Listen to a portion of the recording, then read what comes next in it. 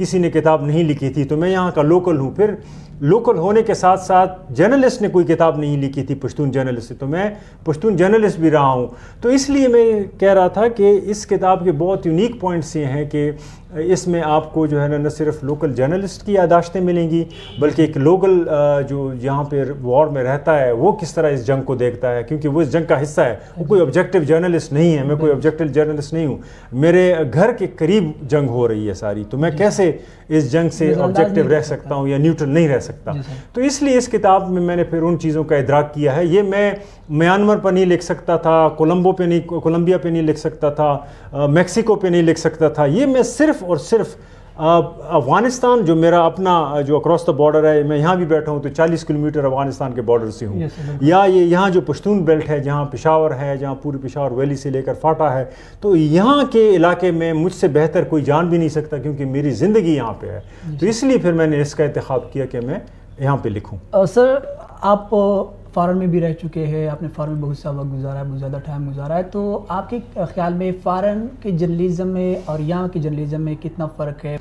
فرق تو بہت زیادہ ہے. دیکھیں جہاں پہ لاز ہوتے ہیں اس کا مطلب ہے کہ وہاں پہ کوئی سٹرکچر انٹیکٹ ہے. سٹرکچر سے مراد یہ ہے کہ اسٹیٹ ہے، اسٹیٹ لوگوں کی بہتری کے لیے کوشش کرتا ہے کہ ان کے لیے لاز لے آئے، قانون لے آئے. کوئی کسی پہ حملہ کرے، تھریٹ کرے جرنلسٹ کو، تو وہ جا کے فوراً رپورٹ بھی درج کر سکتا ہے. ایک پولیٹیکل سسٹم ہے، ان کی بات پارلیمان تک بھی پہنچتی ہے، ان کی بات لوگوں تک بھی پہنچتی ہے، کیونکہ اور میڈیا آؤٹلیٹس ہوتے ہیں ان کی باتیں پہنچاتے ہیں. یہاں پہ مسئلہ یہ ہے کہ آپ کو پشتون بیلٹ، اور جب میں پشتون بیلٹ کی بات کر رہا ہوں جو میں نے لفظ یوز کیا ہے، وہ پشتون جو 5-6 صوبے ہیں جو پاکستان کے بارڈر پہ ہیں، اور پھر فاٹا زمشدہ علاقہ ہے، پھر خیبر پختونخوا، یہ سارے علاقے کا اگر دیکھیں یہ کسی اسٹیٹ کی عملداری میں اس طرح نہیں آتے جس طرح کے اور ملکوں میں اسٹیٹ پنپتا ہے. مثلا یہاں پہ action in aid of civil power ہے. اس کا مطلب یہ ہے کہ فاٹا ایک اسپیشل ایریا ہے. ابھی بھی اگرچہ ضم شدہ ہے لیکن ابھی بھی آپ کو وہاں کوئی انسٹیٹیوشن نہیں ملے گا، مطلب پولیس اس طرح افیکٹو نہیں ملے گی، کوئی ایک ایسا ادارہ افیکٹو، کورٹس نہیں ملیں گے آپ کو ملٹری ملے گی یا ملیٹنٹس ملیں گے. تو وہ علاقہ ابھی بھی ان دا اسٹیٹ آف وار ہے. اور اس طریقے سے جب وہاں پہ انسٹیٹیوشن نہیں ہے تو آپ یہ نہیں کہہ سکتے کہ وہاں کوئی پوچھنے والا ہے. کوئی جرنلسٹ کو مار دے کوئی پوچھنے والا نہیں ہے، کوئی کسی کو مار دے کوئی پوچھنے والا نہیں ہے، اسٹیٹ پوچھنے والا نہیں ہے. وہ کہتے ہیں کہ ہم ملیٹنٹ کو کنٹرول نہیں کر سکتے، ہم آپ کو FIR کہاں درج کرائیں. اور تو اس لیے میں کہہ رہا ہوں کہ باہر اسلام آباد کی جرنلزم بھی مختلف ہے، کراچی کی بھی مختلف ہے، کوئی پوچھنے والا ہے، لاہور کی بھی مختلف ہے، اور دوسرے ملکوں کی تو ہے ہی مختلف. لیکن یہاں پر میں پھر دوبارہ آؤں گا کہ چونکہ ہمارے علاقوں میں نہ اسٹیٹ عمل دخل اس طرح ہے، نہ پولیس کی عملداری اس طرح ہے، نہ کورٹس ہیں، تو اس لیے جو جرنلزم یہاں ہوتی ہے وہ دنیا میں سب سے مختلف جرنلزم ہے، وہ سب سے یونیک جرنلزم ہے. وہ اتنے خطروں میں ہوتی ہے، اسی لیے کچھ لوگ اس کو the most dangerous part of the world بھی کہتے ہیں، کیونکہ یہاں اسٹیٹ کسی کی پرواہ نہیں کرتا، اپنے لوگوں کی کیئر نہیں کرتا. تو جرنلسٹ کو اپنی کیئر خود کرنی پڑتی ہے.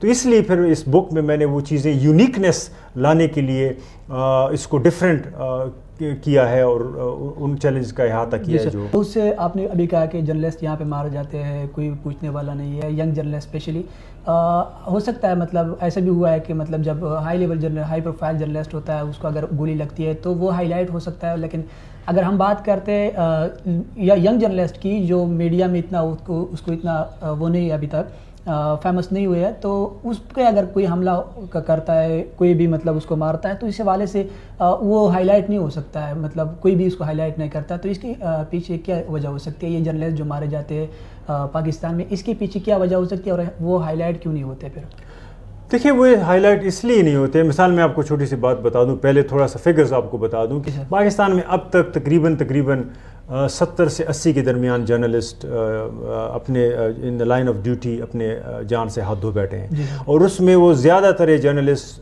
پچھلے 20 سالوں میں مرے ہیں.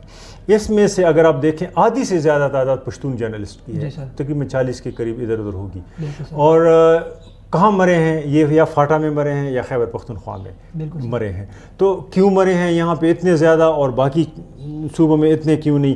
اس کی وجہ پھر وہی بات آ جاتی ہے کہ یہاں پہ state of rule of law نہیں ہے اور اسٹیٹ آف وار ہے. لیکن یہاں ایک اور بھی ایشو ہے جس کی طرف میں اشارہ کرنا چاہوں گا. یہاں پہ ہماری آواز دنیا کو پہنچانے کے لیے اپنے ادارے بھی نہیں جی ہیں. سر. مثال کے طور پہ آپ دیکھیں کہ پاکستان میں میڈیا کنسنٹریشن ہے، وہ یا تو کراچی میں میڈیا سینٹرز ہوں گے، میڈیا آفیسز ہوں گے، یا لاہور میں ہوں گے، یا اسلام آباد میں ہوں گے. یہاں ہمارے ٹیلی ویژن چینلز اپنے نہیں ہیں، ہمارے ادارے اپنے نہیں ہیں، اور اس لیے ہماری آواز بھی پاکستان کی دوسرے کونوں تک نہیں جاتی. اسی طرح دنیا کے مختلف کونوں تک بھی اس لیے اس طرح نہیں جاتی جس طرح جانی چاہیے. یہی وجہ ہے کہ فوراً کا ایک جرنلسٹ پاکستان میں مرا ہے، وہ جو ہے نا ڈینیل پرل تھا، اور اس کے موت کے دوسرے ہی سال اس کے قاتل بھی گرفتار ہو گئے، اور اس پہ ان کو موت کی سزا بھی ہوگی. وہ علیحدہ بات ہے کہ 18 سال بعد ان کو ریلیز کیا گیا کیونکہ وہ ایک پولیٹیکل ایشو بن گیا تھا، لیکن عمل درآمد ہوا. اس کے بعد کوئی فورن جرنلسٹ پاکستان میں نہیں مرا، اس پہ ہم شکر کرتے ہیں. لیکن پاکستان میں جو ہے نا اور جرنلسٹ مرتے رہے، اور پھر خاص کر لوکل جرنلسٹ ہیں، اور خاص کر پھر وہ پشتون جرنلسٹ، اس لیے کہ پشتون جرنلسٹ کے لیے نہ کوئی قانون میں کوئی سپورٹ ہے، نہ کوئی ان کے ادارے ہیں جو ان کی آواز پاکستان کے ملک جگہوں تک پہنچائے، لوگوں تک پہنچائے اور دنیا تک پہنچائے، اور نہ ہی کوئی ان کا اپنا ایک سپورٹ سسٹم ہے کہ جس کے نیچے آ کر وہ کم از کم سیمینارز، ورک شاپس اور اویئرنیس کے لیے ایسی کوششیں کریں کہ کس طرح کانفلکٹ سینسٹیو جرنلزم کی جاتی ہے. یہ سارے پشتون جرنلسٹ زیادہ تر سیلف ٹرینڈ جرنلسٹ ہیں، یہ خود رو ہیں، یہ ایک حالات کے پیدا کردہ ہیں، جرنلزم کرتے ہیں لیکن ان کو ان سیفٹی میکینزمز کا نہیں پتہ ہوتا. اس لیے بہت سے جرنلسٹ ہماری جان سے ہاتھ دھو بیٹھتے ہیں، ان کا کوئی پوچھنے والا بھی نہیں ہوتا. جی سر، تھینک یو ویری مچ.